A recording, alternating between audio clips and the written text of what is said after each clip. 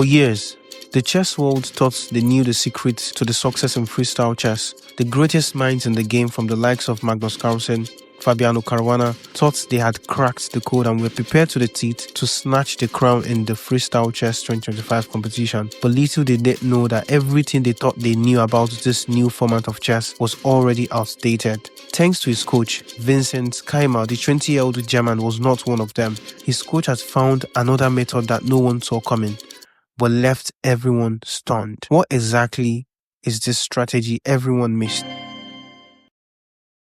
At this point in the game, 20 minutes had already elapsed and still VINCENT KEYMER'S hadn't made his first move. It was not just any game, but the final of the Freestyle Chess Championship in 2025. His hesitation seems to have confirmed the claim of some skeptics that he was not fit and was too young for the finals. A match between Magnus and Fabi would have been better, many people said. Apart from that, the strategy he has been using to win games during the tournament were vague. Some claiming his rise to the final was just due to some form and not as a result of his actual capability. They said it was only a matter of time before he would be figured out, and this moment seems to have confirmed their claims. The weight of the moment hung in the air. Many wondered what he was thinking about. As the minutes ticked by, the tension mounted. The face of his coach, who also happened to be a commentator of the game, contoured in anguish, as Fabi seems to grow more comfortable by the second. To make matters worse, when KEYMER'S eventually made his first move after that spell of uncertainty, it appeared to be a move born out of desperation and not strategy. But guess what? VINCENT KEYMER'S has been in this exact situation before.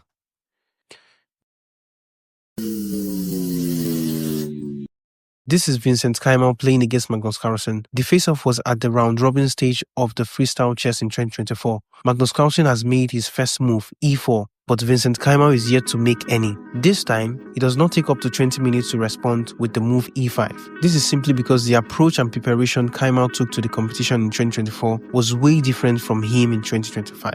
As the skirmish unfolded, Magnus continued the game with b3, a logical move that opens the deadly sniper, his bishop on a1. KEYMER'S countered with d6, anchoring his position. The champion, undeterred, marched forward with d4, a bold thrust to seize the center. The move d4 shows he's still in line with the classical rule of chess, which is to occupy the center with your pieces as early as possible. In response to this, VINCENT develops his knight to d6 and Magnus Carlsen assembles more pawns in the center of the board. It is clear to the blind that this game is going in White's favor due to the placement of his pieces. The bishop on a1 is a very strong piece. If Black tries to open up their bishop on a8, White can simply lock it by pushing d5. Also, White has more space to improve their position, which leave Magnus Carlsen in a very good shape. The battle raged on, each side exchanging pawns in the center, then b5. Don't get carried away. This move might look like he gave away a pawn, but VINCENT KEYMER'S plan is to bring the bishop into a more favorable position where it will not be under any threat or be cramped in. So after Magnus Carlsen captures the offering on b5, VINCENT responds with queen takes on e4. Then the queens, the majestic monarchs, departed the battlefield, leaving the pawns and other pieces to clash in a frenzy of skill and strategy. Magnus Carlsen's knight, a swift and deadly archer, is called into the action, attacking KEYMER'S bishop on e5. But the challenger's position, though cramped, remain unbroken. Magnus Carlsen still has advantage here. His pieces can be maneuvered to the center, unlike Black's pieces, which are still cramped in. But there will be nothing to worry about for VINCENT, as this game will progress into a draw. At that moment, KEYMER'S had no inkling that this seemingly lifeless draw was in fact catalyst for a chain of reaction that would forever alter the trajectory of his play during the competition. KEYMER'S draw with Magnus Carlsen proved to be a pivotal moment, as it instilled in him an unshakable confidence. This newfound sense of dominance propelled him to crush the round-robin stage with remarkable ease. After 4 rounds, KEYMER'S sat atop the leaderboard. His impressive victories included wins over Levon Aronian, Dingliren, Fabiano Caruana, Nordebek, and Gukesh. KEYMER'S only defeat came at the hands of Alireza Firouzja during the round-robin stage in 2024. The question on everyone's minds after this was that, what was his secret? And guess his response. So as a player, what is it that guides you towards your first couple of moves? Yeah, so basically one first needs to check where are the pieces. Yeah, let's say if you have a bishop in the corners, then it's very logical to move like G or B pawn, because it's basically like fianchetto with one move. Then if you have like a queen on the outside, it basically means you need to move some pawns you normally wouldn't move at the start, because once your queen gets stuck, you can just lose the game for nothing. Then, of course, you have to think about castling a bit, but I think normally that's like a factor that doesn't really change that much. Of course, we all still from normal chess have this tendency to occupy the center. So, of course, we have to think about, okay, how do we occupy the square? And I think if you're looking from the white side, there are two different approaches, because like normally with the pieces set up, there's like one square in the center that's easier to control, and the other square is less easy. And sometimes it can be much better to try to control the less easier square, because then like with the advantage of having the first move, you can like exploit this weakness. But I still think that from a human perspective, it might have made sense. But if you look at it from an engine, probably we made a lot of very stupid moves. But yeah, I still feel like it had really some logic behind it. You will agree with me that these strategies are just basic chess principles. Every top player should know them. So it's left many people like myself thinking there had to be more to this. Unfortunately, Vincent Keymer would not be able to answer these questions because he lost out in the quarterfinal against Levon. They drew in the first game, and in the second game, it was a conversation between the sword and the neck as Levon won, capitalizing against Keymer's early mistake in the game. The elimination was a bitter pill to swallow for two reasons. Firstly, Keymer had already conquered the players he thought would give him a run for his money, and secondly, he had already defeated Levon during the round-robin stage. For this reason, this defeat left something odd, something unspoken yet thick in the air. To put this in perspective, Vincent Keymer is not like any young junior. He's a player with an incredible story. At just 13 years old, he won the Grand Chess Open, a tournament that had 49 grandmasters, including 4 with ELO rating above 2,700. This sensational performance earned him his first grandmaster norm and sent shockwaves through the chess world. As a child, Keymer's progress was nothing short of phenomenal. He won numerous junior tournaments, including 2 European championships with the German under-18 national chess team. As he entered his teenage years, Keymer continued to break records and defy expectation. He became the youngest German player to achieve the title of a grandmaster, earning his third and final norm at the 2019 FIDE Grand Swiss tournament. For the first time in a while, chess in Germany was given more attention since the likes of Edward Lasker. But guess what? His rise to fame is more like a blessing and a curse. You see, for Keymer, even at this young age, the pressure was on. He was Germany's biggest hope. He carried the weight of the entire chess community on his shoulder. Chess in Germany was a distant cousin to football and other sports. Chess was struggling for attention and funding. A win for Keymer wouldn't just be personal, it would kickstart a chess revolution, inspiring a new generation of players. So the stakes were really, really high. With the chess world watching, Keymer entered the Freestyle Chess Championship in 2024 with the weight of expectation on his shoulder. The stakes were high. His win would not only cement his status as a chess superstar, it would also do a lot to chess in Germany. Losing meant two things. He would face the doubt and criticism of the chess community, and secondly, more horribly, he would just be regarded as another young superstar, which would be a disappointment to the chess community in Germany. For this reason and more, no one needed to tell him to bounce back from his devastating loss in the 2024 Freestyle Chess Championship. Keymer needed a strong performance in the 2025 Freestyle Chess Grand Slam. Luckily for him, the Freestyle Chess tournament is hosted in Germany, his home country. This meant he had no excuses but to put up a great performance. Everything was set for him. But just when it seemed things could not, guess what? Reality would not go as expected for Keymer in 2025. At the round-robin stage of the competition, Keymer's struggles became the talk of the town. He stumbled out of the gates, losing his first match to Javokiru Sindarov. Thankfully, he won his second match against Vladimir Fedoshev, but it was only a brief respite.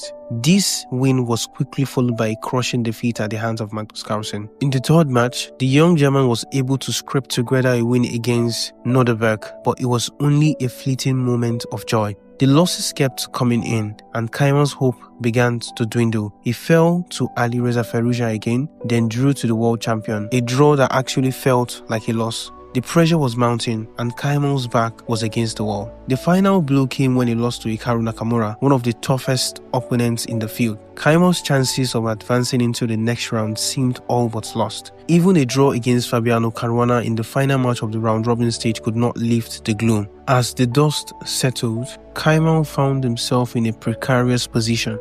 His next match, he must win, a do-or-die situation that would determine his fate in the tournament. The stakes were high, and the pressure was suffocating. Keymer's underdog story was on the verge of becoming a footnote in the history books. As the round-robin stage came to close, the players had to choose their opponent for the next round. The room fell silent as the players pondered on their options. Fabiano Caruana quickly chose Gukesh, the world champion, as his opponent. Hikaru Nakamura, confident in his abilities, opted to face Juvakir Sindarov. Magnus Carlsen, the world #1, chose Norderberg Akusetarov, a formidable opponent in his own right. But then, the unthinkable happened. You can pick between 4 players, you know, who you can play, and who are you choosing? So before you say, this is the moment now, okay? So, all right. So who would you like to play against of the last 4? I take Vincent. You take Vincent. Okay, wonderful. all right. Alireza Firouzja, the Iranian chess sensation, stood up and chose Vincent Keymer. The room erupted into a mixture of gasps and whispers as the players and spectators alike struggled to comprehend the magnitude of this matchup. On the surface, it seemed like Firouzja had chosen an easier opponent, opting for Vincent Keymer over the likes of Magnus Carlsen or Hikaru. But those who knew the history between Alireza Firouzja and Keymer understood the true significance of this matchup. You see, in the 2024 Freestyle Chess Championship, when Keymer was on hot, blazing form, Alireza Firouzja had been the only player that defeated Keymer. Also, in the round-robin stage of this very tournament in 2025, Alireza had once again gotten the better of Vincent Keymer. The statistics were stark. Keymer had never beaten Firouzja in a tournament setting. The crowd sensed the tension as Keymer's fate seemed all but sealed. The German player's chances of advancing to the next round had just taken a devastating blow. The puzzle on Vincent Keymer's mind would be how to somehow find a way to overcome Firouzja and keep his tournament's hopes alive. The odds were stacked against him because beating Firouzja would be utterly impossible. On the day of the match, the starting position was a very sharp one. The bishops on the board from the starting position are already sniping pawns down the board. This is unlike normal chess when we have to move a ton of pawns and position the bishop before they can actually target the king or any other pieces on the board. In this position, if any of the two players moves their f-pawn forward, their opponent's pawn at the end of the diagonal would immediately become a target. So, Vincent Keymer fires the first shot of war with knight to b3. The idea is simple. If Alireza plays f5, the pawn on a2 is already defended as it is blocked from the attack. Alireza goes knight to c6, mirroring Keymer's idea. In case white goes f4, the pawn on a7 is already defended indirectly by the block. The two players contest the center with a string of pawns, and the scramble from the center continues with knight c3 and then knight to b6. Keymer castled kingside, a bold move that broke the symmetry of the board. Alireza, however,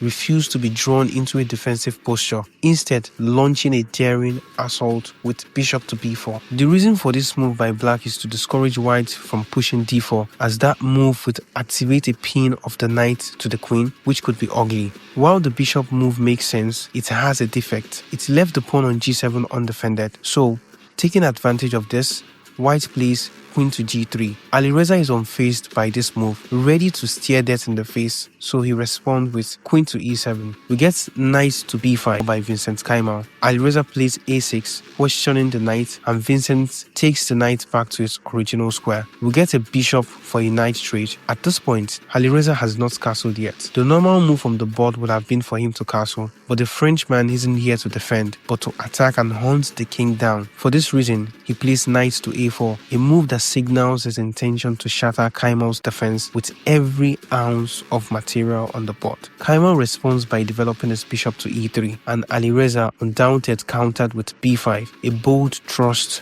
to move the attack forward. Keymer goes to f4 to gain more space on the queen side, and then we get bishop to c4 by Alireza, a clever trap aiming to snare Keymer's position. If the trade of bishop happens, it will favor black because after the bishop on c4 is captured by white, the pawn would recapture, attacking the knight, and if the knight moves, the b file becomes open and a big hole will be dug on the king's side with the knight and the rook on b8. Vincent is no novice in the game, so he sidesteps the trap with ease and plays queen to g4. Alireza continues with e takes on f4 and the queen recaptures. Alireza brings another piece into the attack with knight to e5, a very good square. The knight here is defended by the pawn and can even get more defender if this pawn is moved forward. Keymer plays bishop to d4, pressuring the knight because it is actually a very powerful piece in the center of the board. And in response, Alireza castles on the queen side. We get queen to g3 by Keymer, putting pressure on the pawn on g7 and also setting up potential attack later in the game. Alireza, noticing all the potential threats, retreats his bishop back to f7, so he would have one of his pieces as a defender. Keymer takes the knight in the center with the bishop, and after the exchange, he develops the bishop to e2 to bring it into action. Also, this move leaves the f file open for rook to f1 later in the game. There's actually a lot of stake in this game, so every player came prepared. It was at this point Alireza upped the ante and begins his plan to hunt the king with the move c5, threatening to open up the king. We get rook to f1 by Vincent Keymer, ignoring all that is happening on his king's side. Alireza continues his attack with c4, chasing the knight off his duty of defending the king. The knight flees from trouble, moving to d2, and Alireza continues the attack with queen to c5. This move was made to defend the pawn on c4, paving way for the potential pawn storm to b4 or eventually b3. Vincent responds with an attack of his own by playing rook to f5, pressuring the pawn on e5. Keymer probably played this move to stop Alireza from attacking, to force him to take on some defensive posture. But rather than this move to stop Alireza, it even fueled more fire within him to attack. He continues the game with b4, trying to open up the king. Vincent retreats the knight to protect the pawn, fearing the attack. With this move, if any exchange happens, there will be enough pieces to restore parity. Alireza snatches the pawn on c3 and Vincent recaptures with the knight. With the f file open, Alireza ferociously beheaded the pawn on b2 and is also ready to bring his mighty queen into the attack to extrude the king. A huge hole has been blown in Keymer's position, of course, and he's losing a hold of this game already. His only chance of winning would be to keep attacking rather than going on full defensive mode. So he takes a huge risk. He ignores all the imminent threat on the king's side for a moment and plays rook to f1. As expected, we get queen to a3 by Alireza in an attempt to slit the king's throat and end the game, but the king flees to d2, and this is where things got a little bit interesting. The move king to d2, although not a blunder, enables and allows a tactical shot, and if Alireza finds, will send Keymer out of the game. The deadly move is knight to d3, sacrificing the knight. The idea being, if the knight is captured by the pawn, that would be a huge blunder, as rook to b2 by white would be absolutely crushing. But will Alireza find it? Sadly and luckily for Vincent, he did not. Alireza went with the lesser evil, queen to d6 check. The check is dealt with as the king slides out of the attack. In this position, the pawn on e5 is attacked 2 times by the rook and by the queen. The best move for black is to protect the pawn, but Alireza ignores this, and it was at this point that the tide went against him. Rather than addressing the weakness in his position, Alireza focused on attacking and plays bishop to e6. And Keymer wears his hat of brilliance and finds the move queen takes on e5. The idea is if the rook is captured, the queen will be left hanging, so that is not possible. Also, if black opts for the queen exchange, white will recapture with the rook and in the process evade the attack by the bishop. Noticing the lack of potential on that part of the board, Alireza, hunger for weaknesses, switched to the other side. He continues the game with queen to b4, pinning the knight to the king. Vincent Keymer ignores the threat first and trades off all the rooks on the board. After the exchange, we get queen to f4 check, and after the king moves, the queen moves to g2, breaking the pin. Alireza plays queen to c5 as he is not ready for any queen trade, and Vincent takes more space on the queen side with the move h3. We get a5 for black, then king to f1. Alireza, still hungry for blood, plays queen to f8 check, and Vincent's response was a calm as you like one, king to e1. Alireza continues the game with queen to f6. At this point, white plays bishop to g4, offering a trade of bishops. Alireza plays a move that declines the offer that screams, "I am not a merchant, but a warrior." His response was the tactical move pawn to h5. If the bishop takes the pawn, white's position would suffocate, as that pawn is a poisoned one. How? This is because after the pawn is captured, black would play queen to h4 check and the bishop would be out of the game immediately. Keymer did not fall for this and plays a move favorable to him, which is an exchange of bishop. As the game entered its endgame, Keymer's advantage became insurmountable. He was a piece up and his opponent's position was in shambles. Yet, in a shocking twist, Keymer opted for a repetitive draw, a move that left the chess world stunned. This was really weird. It was as if Keymer had unleashed a devastating barrage only to suddenly call a ceasefire, leaving his opponent battered but alive. The question on some people's mind was, what had possessed Keymer to abandon his winning position? What had happened to Keymer? Has he lost the fighting spirit in him? People that were not aware of the context of the tie questioned the reason for his decision, but it was not actually a problem. The reason he made that move was because he had already won the first match of the tie. In the first match, Keymer, fueled by determination and desperation, launched a ferocious attack on Firouzja's position. The Iranian-French player was caught off guard by Keymer's aggression. As the game wore on, Keymer's advantage grew and Firouzja's position began to crumble, and Keymer won with a stunning checkmate, sending the crowd into a frenzy. With a draw in the second round, Keymer had done the impossible, defeating his nemesis and keeping his tournament hopes alive. But as he walked off the stage, a harsh reality set in, stifling his joy. A feeling of dread settled in the pit of his stomach, which sent him back to his devastating loss in the 2024 Freestyle Chess Championship. That defeat had left him questioning his skills and his future in the sport. Keymer did not have the head to celebrate his win against Firouzja because the reality he had been dreading, the one that had haunted him since his last defeat, was now staring him straight in the face. That reality was his next opponent, the one who would determine his fate, the very embodiment of his worst fears, Magnus Carlsen, the former world chess champion. Much to everyone's surprise, on the D-Day, VINCENT KEYMER'S won the first game against the big giant Magnus Carlsen. To progress to the next round, he would only need a win or at least a draw for him to go through. Although this victory was huge, what many did not know that VINCENT KEYMER had been in a similar situation at the Chess World Cup in 2024. Just like this one, VINCENT KEYMER had won the first game against Magnus Carlsen at the World Cup, and in the second round, when he needed only a draw to advance to the next round, one key moment occurred in the game which took everyone by surprise.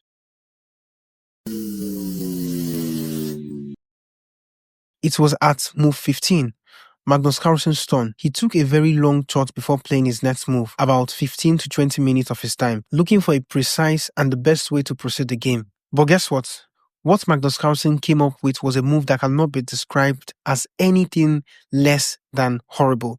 The move was a3, chasing the bishop. Sadly for him, Magnus Carlsen realized he played a wrong move. Immediately he dropped the pawn. He immediately left the board so VINCENT KEYMER would not read him to figure out he had blundered. To capitalize on this mistake, VINCENT KEYMER needed to use his bishop to take the knight on c3. The knight cannot recapture because the king would be checked and the bishop would drop in the process. If the queen takes the bishop, the next move would be knight sack on e4. And when the knight is recaptured, the same idea still works. The queen will recapture the pawn, attacking the bishop and the knight at the same time. They both cannot be defended. To further highlight how bad this move by Magnus Carlsen is, even if after the knight sack, white opts for taking the queen rather than capturing it, it will still be the same result. After the rook recaptures, the knight is also captured, and when the pawn is recaptured by the rook, it will be a double attack on both the knight and the bishop, and black is completely winning in this position.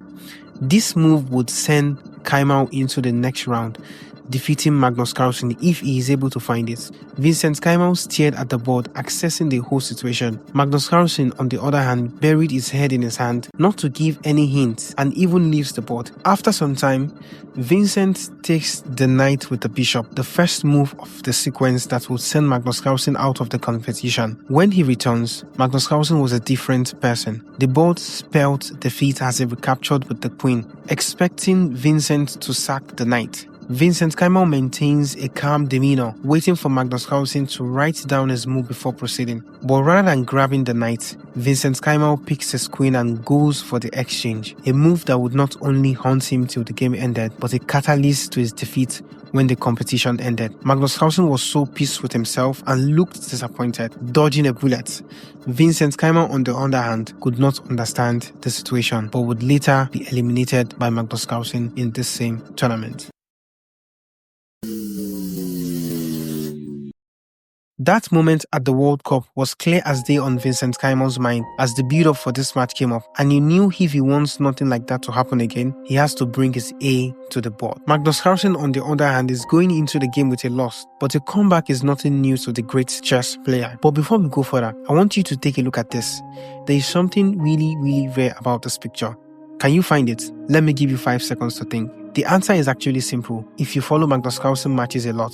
Did you notice it is really rare to see Magnus Carlsen early, waiting for his opponent? What this simply means is he is definitely ready for war. The opening shot was fired by Magnus Carlsen, who launched a bold assault with the move f4, and Vincent Keymer countered with f5. Magnus Carlsen retaliates with c3, a clever maneuver that opened up his queen's lines and puts pressure on Vincent Keymer's f5 pawn. Vincent Keymer protects the pawn with g6. To escalate the tension on the board, Magnus Carlsen pushes forward with d4, exerting more pressure on the e5 square. Vincent responded with c5, a daring strike that nibbles at the center and simultaneously threatens Magnus Carlsen's f4 pawn by his queen on b8. Magnus shields the pawn with d3, and Vincent used the avenue to capture on d4 before Magnus Carlsen recaptured with the bishop. This move by Magnus is a little bit inaccurate. Taking with the pawn might have been a better option to control the center, but with this bishop move, Vincent gets the pass to blast open the center with e5. The position was now a ticking time bomb waiting to detonate. Magnus Carlsen must take the pawn or else he loses his bishop. Vincent played bishop takes on e5, and Magnus, rather than capturing back, responded with queen to d3 to protect the bishop. He realized capturing back will put black's rook on d8 in a better position, which would not be good for him. Vincent pressed his advantage by playing knight to c6, turning up the heat on the bishop, and Magnus, already in a slightly bad position, signaled his intention to fight back and placed the move c5. The battle raged on, and Vincent responded with f4, a clever move that blocked Magnus Carlsen's knight from jumping to e3, and if the pawn is captured, Keymer will recapture with a check, which might cause a slight problem in black's position. In a position not offering a lot of option, Magnus countered with knight to f2, a declaration of his intention to jump to g4 and attack the bishop. We get queen to c7 by Vincent, preparing to castle his king. Magnus takes the pawn on f4, and Vincent Keymer plays a fancy move, knight to e6, attacking the bishop on c5. Magnus Carlsen slides back the bishop to a3, evading the attack, and Vincent Keymer pushes forward with knight captures on f4, attacking the queen in the process. Queen drops back to c2, and Vincent pressed his advantage with knight to a5. Vincent Keymer's plan is to move his knight to better squares. From a5, the knight can jump into c4 and even e3 in the future to further exert dominance in white's territory. Magnus Carlsen develops his knight to d2, stopping Vincent's plan of advancing his knight into his territory, but Vincent retreats the knight to d5, targeting the weak square on e3. The game entered a critical phase as Magnus Carlsen plays knight to g4, controlling the square on d3 and also attacking the bishop. Vincent moved his bishop back to g7 and Magnus castled, keeping his king safe. Vincent Keymer continues with knight to b6, planning to come to the c4 square, but Magnus found an amazing move, b3. Although this move softens the hold on the pawn on b3, it sets a trap for Vincent, threatening to unleash a devastating counterattack. If black takes the pawn with his queen, the position will stop favoring them as we will get knight to e4 attacking the queen, and after the exchange of queens, we can see the rook on d1 is active. The knight on e4 is also active and ready to jump to d6, forking the rook and the king. Vincent Keymer did not fall for it. He long castled, and Magnus pushes forward with e4. Vincent recaptured the pawn on b3. The queens were exchanged, and Magnus played e5, clamping down on important squares of f6 and d6. Vincent Keymer's next move was d5. It must be said that it is not the best move because his knights that were once in great positions to attack on the queen side are now looking jobless, thanks to the pawn on b3 controlling the c4 square. Magnus Carlsen plays en passant, capturing the pawn. The pawn cannot be recaptured as the pawn is protected by the bishop. The move by Magnus Carlsen is not quite accurate as well because his knight on g4 can no longer access the f6 square, which is now controlled by black's bishop. We get bishop to e6 by Vincent, attacking the knight, and Magnus plays a move that unpinned the knight on d2. Now, that knight is ready to jump to e4. We get bishop to f5 by Vincent Carlsen, a nice move that points directly at the king and also stops the knight from advancing to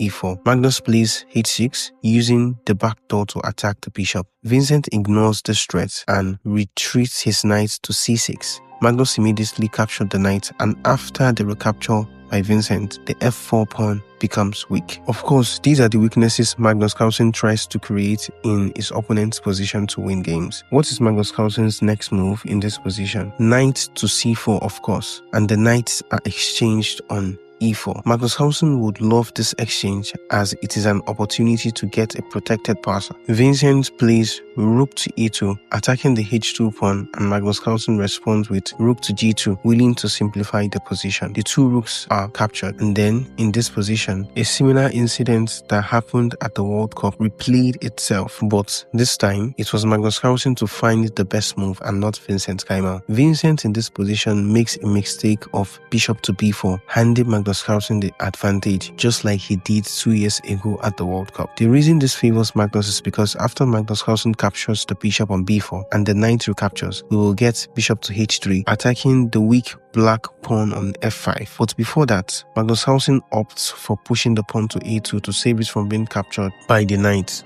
Vincent Keymer moves his knight to c6 and Magnus steps on with bishop to h3. Vincent ignores the pawn and chases down a pawn of his by going knight a5. Magnus captures the pawn with a check. At this moment in the game, there is a winning move that takes Vincent Keymer out of the game completely. The move is pawn to c4. This move is the best because after knight to b3 check, king c2 by white, and after the black knight captures the pawn onto c5, Magnus can take on h7, leaving him with a passed pawn on h2. But the big question is, will Magnus Carlsen find this move? Well, the answer is the reason Vincent is playing Fabi in the finals of the Freestyle Chess. At this point in the game, Fabi needs to strike back. He has lost the first round, so Fabi opens the game with d5 and Vincent Keymer responds with f5 after a 20-minute thing. We get knight to g3, attacking the pawn on f5. The pawn cannot be moved 1 inch because if that happens, queen to f4 is available to snatch it off the board immediately. For this reason, we get d5 by Vincent Keymer. This move stops any pawn push to the center as in e4 and also opens up the queen, which defends the pawn on f5. The war continues with f3 by Fabi, adamant on his idea on breaking the center with e4. But then Vincent beats Fabi to his plan of breaking the center with the move e5. Fabi recaptures the pawn. In this position, Vincent could play rook takes on e5, but he ignores that and plays a surprising move that seemingly gives off a pawn. That move is knight to g6. Fabi pounces on this opportunity and plays f4. Then Vincent shows the tricks under his sleeves with the move knight to h4. The idea behind the pawn sacrifice is now understood, as there is no way for whites to defend the pawn on g2. We get c4 by Fabi, finally achieving his plan of central control. Keymer wastes no time in resolving this tension by capturing the pawn on c4. Fabi attacks the rook with the move bishop to a4, and Vincent plays c6 to address that issue. We can see black is really confident and has total control on everything white is throwing at him. This is a good thing for now, but for how long? Well, let's see. Fabi continues by ripping the center with e4, and in this position, as you can see, Vincent Keymer can take on g2, but there is a stronger move onto g5. The idea behind this move is that if the pawn is captured by the f4 pawn, Vincent would push his pawn to f4, attacking the knight, and if Fabi's queen on c1 dares captures back the pawn, knight to g2 will appear on the board, a move that forks the rook and the queen. Will Vincent find this move? Yes, of course. Did Fabi fall for the trap? Definitely not. This is Fabi, one of the best calculator. Every line, every possible moves goes under scrutiny before it is made. Fabi is one of the best calculators in the game, and falling for that would definitely be questionable, and it is utterly impossible. For this reason, we get knight takes on f5 by Fabi, and Vincent recaptures with his knight. The pawn recaptures, and Vincent rolls in with his queen, recapturing on f5 with a check on the king.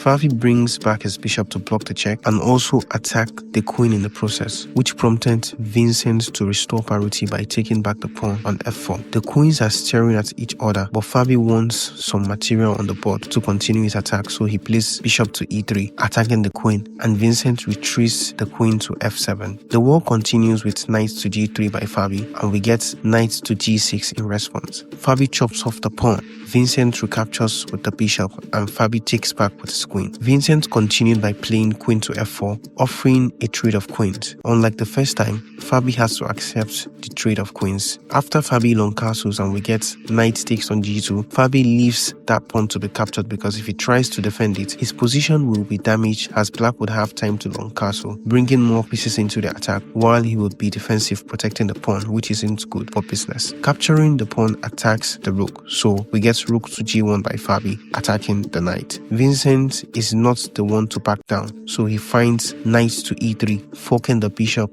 and the rook. In his next move, Fabi attacks the knight with knight to f5. This move ignores the threat of the rook on the attack on d1. While this might seem dubious, it appears to be a trap by one of the best calculators in the game. Will Keymar take it? Yes, he does. He is not afraid to take risk. He is German after all. We get knight takes on rook d1. This move begs the question, why did Fabi leave the rook to be captured? Well, his next move answers the question. Fabi plays rook to g7, threatening knight to d6, attacking the rook and also threatening b7 checkmate. Vincent Keymar seems to be out of option on how to get out of this entanglement. The king cannot be moved as that will lead to a great danger. But don't forget, this is freestyle chess and not normal chess.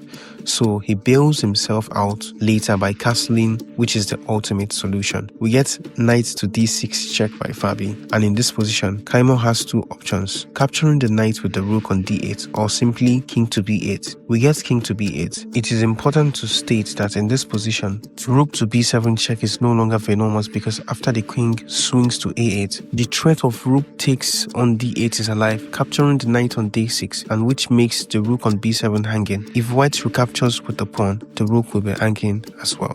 For this reason, Fabi takes the rook on e8 with his knight, and Vincent recaptures with his own rook. The bishop on c2 captures the knight on d1. Then we get bishop to d7, placing it on a more active position. Although it leaves the pawn on h7 hanging, the compensation black has is that he can take the pawn on e5, and that was what happened. As you can see in this position, Fabi has a passed pawn, which is a bone in the throat of Keymer's position. How does he stop it? Well, let's see. Fabi pushes the pawns 2 steps forward. Keymer goes rook to e1 to pin the bishop. Fabi plays king to d2, attacking the rook and also unpinning the bishop. And now we get rook to h1, starting the attack on the princess that must not become a queen, else everything will be lost for black. Fabi plays h5 and Vincent checks the king. The king moves up to c3. We get another check and the king falls back to d2. This is the second repetition and we get the check again, and Fabi is on a crossroad of decision. Make the same move again and makes Vincent Keymer the champion, or play something else and depend on a miracle to win the game later on. And in this moment, Fabi plays a move that sends a wave of shock to everyone in Germany. King to d2. The game ends in a draw and Vincent Keymer is champion. In a match that Fabi needed to draw blood, he chose to draw, which makes Vincent the champion. But we have still not answered the question. What was the seemingly stupid strategy he used to defeat all of the top players? Well, hear from the horse's mouth himself. And for all the budding people out there who want to master freestyle chess and play, because now an open tournament is also going to happen in Karlsruhe, Grand K, what is your sort of advice to them? What should they do? I have no idea, honestly. Also for this tournament, I didn't prepare in any way. Like, I was just coming straight from work, and the only thing I was trying to take care of is to have enough energy and focus for the games. So I didn't really prepare specifically before the tournament and also not during. Last year I was trying to do some tactics to get into the, like, kind of be ready for the games and be sharp, but that didn't help at all. So this year I was trying the other approach. Thank you very much for watching the video to this point. If you enjoyed my video, would you like, would you share, would you subscribe to get me to 1K? I know you would do that. Thank you very much. Enjoy the rest of your day.